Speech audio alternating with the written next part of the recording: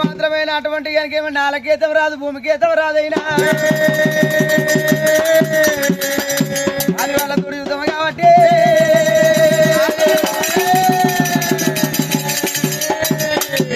యుద్ధం లోపల వీరవర్ల వందన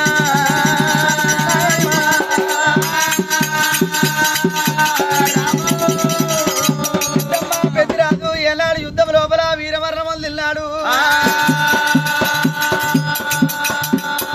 పెద్దిరాజు మరణ వందిల్లాడు ఏనాడు కూడా కాటవరాజు ఒకవేళ మాత్రమే 7 ఏళ్ల బాలుడు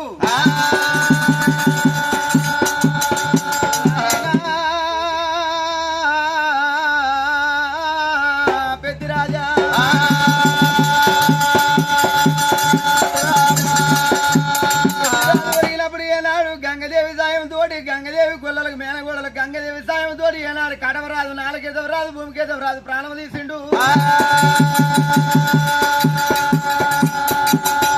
వారు పెద్దమ్మ పెద్దరాజు జాడల్లా నేను ఒరిగిపోతానంటదే నాయమ్మ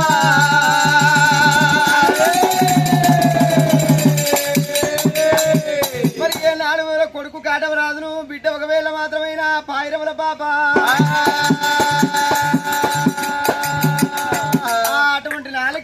భూమికేతవరాతుడు యుద్ధానికి పోతుండే నాడు అటువంటి కనుక 3 రోజుల పసిపాల పాపమ్మ పాపమ్మ పెద్దరాజు చూసి ఏనాడు తొట్టెల కిలకిల కిలకిల నవ్వుతున్నదట పాయిరముల పాప నేను యుద్ధం లోపల ఏనాడు వాళ్ళ విజయం ఉంది ఏనాడు మళ్ళా తిరిగి వస్తే కలకాలం నవ్వుకుంటుండాలి లోపల నేను గిట్ల మరణం అయితే ఏనాడు కలకాలం నీకు ఏడిపే మిగిలాలే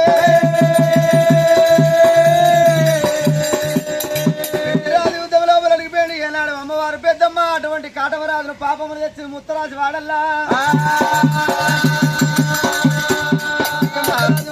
చెప్పింది దేవి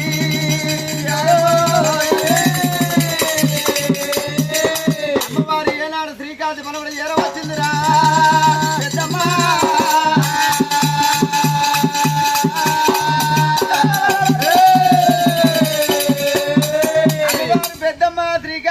ఏరొచ్చింది చింత చెక్కలు సిరిగంధం సాగలు మామిడి చెక్కలు మరిగంధం సాగలైనా ఆకాశానికి అద్దగలం ఏనాడు కాడు వేర్చిందో అమ్మవారు ఒకవేళ మాత్రమైన రక్తగుండము నీలగుండము పాలగుండముల తానమాడింది కాడు లోపల చుట్టానంటది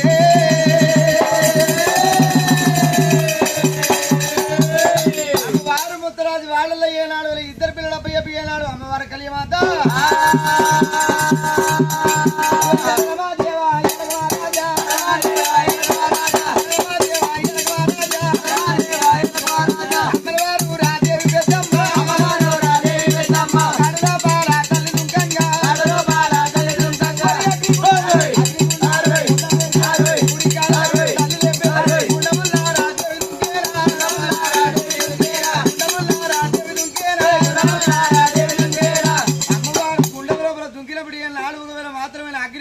అవుతాయింది పెద్దమ్మ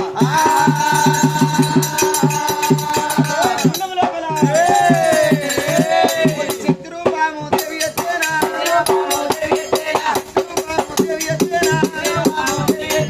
అమ్మవారు 12 భుజములతోటి 24 హస్తములతోటి 4 హస్తానికి ఆయుధం బట్టి శక్తి రూపం ఎత్తింది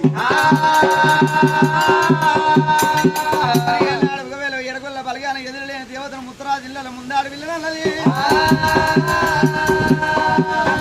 తల్లికి తొలుసురు తగిన పెద్దమ్మ తల్లి పేరు మీద పండుగ ప్రవచనాలు చేస్తుంటే ఏనాడు ఇలనాడు పసుపులేటి వారి సంస్థానం ఏనాడు పెద్దమ్మ పేరు మీద ఏనాడు అగ్ని గుండాలు కట్టి లోపల ఏనాడు ఒకవేళ మాత్రమైనా అలనాడు నేను గుండెలో దూకిలేదు నా పేరు మీద గుండెం ఎవరైతే కడతారో అనుకున్న పనులను ఎవరైతే అన్నది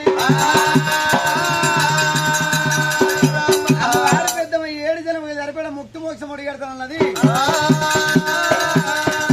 అమ్మవారు పసుపులేటి వర్ధం స్థానం ఏనాడు పచ్చి ముచ్చాలు పట్టుకొని